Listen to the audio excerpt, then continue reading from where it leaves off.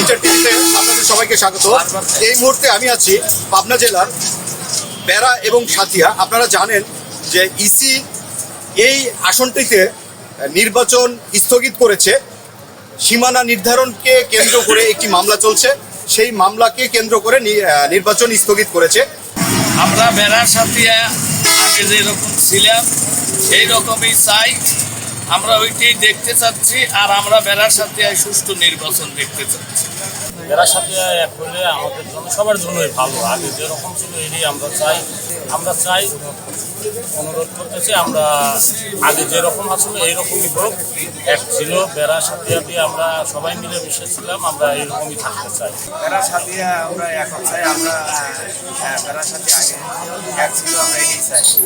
অবশ্যই আমাদের মনে খারাপ লাগা তো কাজ করতেছে। বেড়া নির্বাচন হচ্ছে না, সব জেলাতে নির্বাচন হচ্ছে, আমাদের বেড়াতে কোনো নির্বাচন হচ্ছে না। এতে তো আমাদের বাংলাদেশের সমস্যা। বাংলাদেশের সব জায়গায় নির্বাচন হলে আমাদের না হলে আমরা তো পিছাই গেলাম। নির্বাচন তো হোক, বেড়া সাথে এখন ইচ্ছা। কারণ যেহেতু দীর্ঘদিন 17 বছর নির্বাচনে ভোট দেওয়ার সুযোগ মানুষ পায় নাই, সেই ভোটটাকে পুনরায় ফেরত পেয়েছে জুলাই আগস্টের ছাত্র আন্দোলনের মাধ্যমে। সেই আনন্দটাকে তারা নষ্ট করে দিয়েছে একটি মাত্র ব্যক্তি। তা আমরা মনে করি অতি তাড়াতাড়ি আমাদের আইনের প্রতি শ্রদ্ধা রাখি। আমরা আজকে আবার সেই স্থগিতের বিরুদ্ধে আপিল করেছি।